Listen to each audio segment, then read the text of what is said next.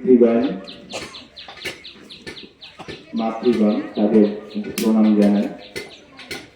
যারা ভাইয়েরা আছেন, বোনেরা আছেন, তাদের প্রতি ভালোবাসা জানাই। একটি খুব নাজুক অবস্থায়, খুব সংকটের সময়ে আমি গোপালগঞ্জ 2 আসনের প্রার্থী হয়েছি। সংকটটা যে আমি বুঝি না তা না, আমার যারা গুরুজন তারা খুব ভীত, সন্ত্রস্ত, আতঙ্কিত। কিন্তু যে কারণে আমি এরকম সংকটের সময় প্রার্থী হয়েছি, সেই কারণটি হল যে ভয় পেলে ভয় আরো পেয়ে বসবো। ভয়কে জয় না করতে পারলে এই দেশে আমরা আমাদের অস্তিত্ব বজায় রাখতে পারবো না। এটা হচ্ছে আমার প্রথম কথা। আমার দ্বিতীয় কথা হচ্ছে যে আমি এই সমাজে জন্মেছি, বড় হয়েছি, লেখাপড়া শিখেছি, বাংলাদেশ সুপ্রিম কোর্টের আমি অ্যাডভোকেট।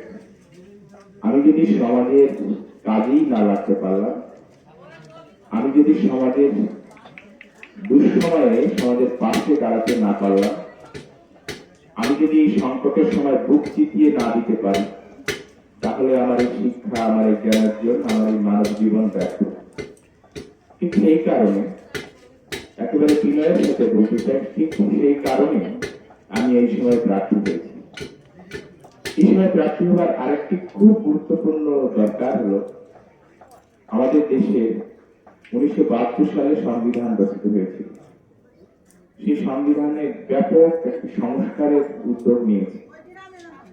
ভালো হবে কি মন্দ হবে আমরা জানি না, কিন্তু সেই উদ্যোগের সময় আমাদের ব্যথার কথা, বেদনার কথা, আমাদের অধিকারের কথা যদি আমরা না বলতে পারি, এই যে সংস্কৃতি আমরা চর্চা করি, সেই সংস্কৃতি এই দেশে টিকে থাকবে কি থাকবে না, সেই কথা যদি আমরা বলতে না পারি, তাহলে আমরা আরো অধিকারহীন হয়ে পড়বো। এখন যতটুকু অবস্থায় আছি তার চাইতে খারাপ অবস্থার দিকে আমরা চলে যাব।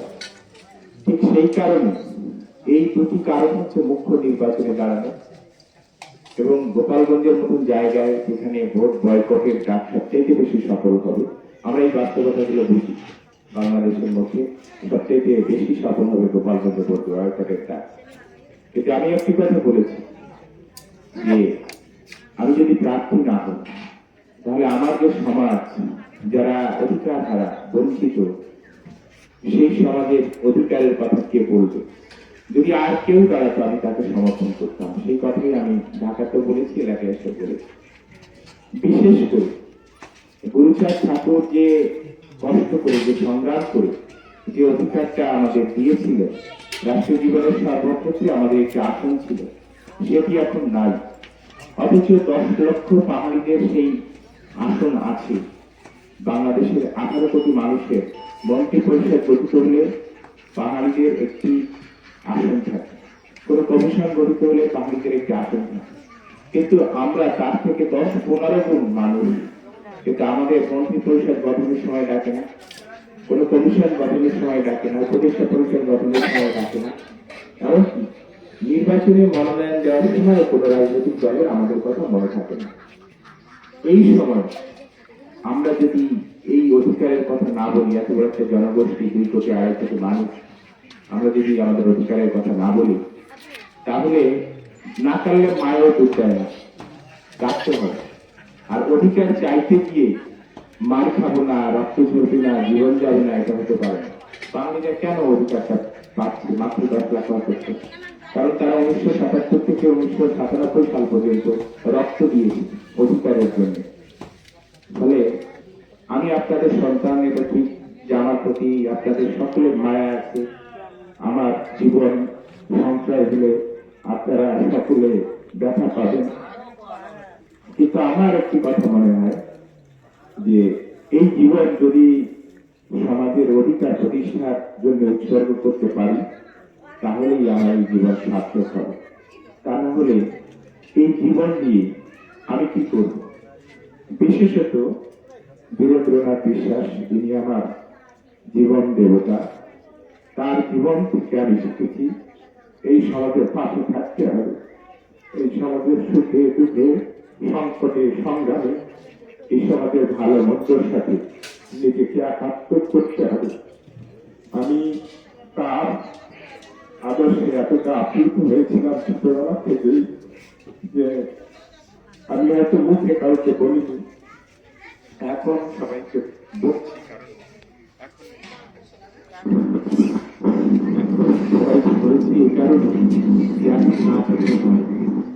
আমি এতটা আপ্লুত হয়েছি বীরেন বিশ্বাসের দ্বারা যে আমি সংসার করি নাই আর করব না। আমার মনে হয়েছিল বীরেন বিশ্বাস যে বয়সে মারা গিয়েছিল, এখন আমার সেই বয়স। আপনারা ভেবে দেখুন যে সেই মানুষটি কিভাবে, কি কষ্টে, কি দুঃখে, কি যন্ত্রণায় সমাজের কি অধিকারহীনতার কথা চিন্তা করে মারা গিয়েছিলেন। আমি শুধু একটা কথা বলে তার শেষ করব। মৃত্যুর মাত্র 2 বছর আগে সীমান্তের একটি গ্রামে সুরেন সরকার এবং মনোরঞ্জন ভট্টাচার্য দুজন মিলে কবিগান গাচ্ছিলেন। সকালে ওই দুই কবিয়ালের সাথে বীরেন্দ্রনাথ বিশ্বাস নদীতে স্নান করছিলেন। নদীর পূর্ব পারে বাংলাদেশ, পশ্চিম পারে ভারত। বীরেন্দ্রনাথ বিশ্বাস সাঁতরে নদী পার হয়ে এসে বাংলাদেশের পাড়ের মাটি মাথায় নিয়ে আবার সাঁতরে পশ্চিম পারে গিয়েছিলেন। এটা সুরেন সরকারের লেখায় পেয়েছি। সুরেন সরকার বলেছিলেন যে দেশকে কতটা ভালোবাসে বীরেন বিশ্বাসকে আমরা তার পায়ের নিচে শ্রদ্ধায় মাথা নত করি, অথচ তিনি কতটা পাগল ছিলেন দেশের জন্য যে সীমান্তের নদী সাঁতরে গিয়ে বাংলাদেশের পাড়ের মাটি মাথায় নিয়ে আবার ফিরে গিয়েছিলেন। তিনি শুধু তার দেহটা পড়েছিলেন, তার মন, তার সমস্ত অস্তিত্ব এই সমাজে এই জনতাকে ঘুরে বেড়াতে। সেই মানুষটি কথা স্মরণ করে আমি সিদ্ধান্তই নিয়েছি যে বাকি জীবনটুকু আমার যতটুকু ক্ষমতা আছে, শক্তি আছে, সাধ্য আছে, সেটুকু দিয়ে আমি এই সমাজের পাশে থাকবো। গুরুচাঁদ ঠাকুর, হরিচাঁদ ঠাকুর আমাদের আদর্শ, সেই আদর্শ বুকে ধারণ করে আমরা পথে নেমেছি। আশীর্বাদ করবে যেন এই পথ থেকে কখনো দুঃখিত না হয়। সংকট যত ঘনীভূত হোক, আগামী দিনে বিপদ যত প্রচন্ড হোক না কেন, কোন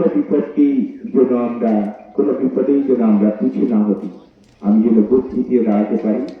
আমি অভিমন্যুর বীরত্বে বিশ্বাস করি। অভিমন্যু মারা যাবে জেনেও দেখেছেন যে সত্যরথের বিরুদ্ধে কি যুদ্ধটাই করেছিল, তার সে মৃত্যুবরণ করেছিল হাসি মুখে। কর্ণ তাকে জড়িয়ে ধরে বলেছিল পৃথিবীর সেরাবীর অর্জুন না, কর্ণ না, পৃথিবীর সেরাবীর অভিমন্যু, যে হাসতে হাসতে মৃত্যুবরণ করতে পারলো। আমি এই বঞ্চিত সমাজের জন্য আমার জীবনটাকে তিলে তিলে বিলিয়ে দিতে চাই, সেই আশীর্বাদ আমি চাই। 12 তারিখের নির্বাচনে ফুটবল মার্কা আছে আমার, সেটি তো আপনাদের ভালোবাসার মার্কা, সে নিয়ে আমি কিছু বলবো না। আমি শুধু বলবো 12 তারিখেই সংগ্রাম শেষ হয়ে যাবে না, সংগ্রামটা শুরু হবে। সংবিধানে কি থাকবে না থাকবে সেই সংগ্রামে আমি সবটুকু শক্তি দিয়ে লড়াই করতে চাই। আপনারা আমাকে আশীর্বাদ করবেন। সবাইকে আবার প্রণতি জানাচ্ছি।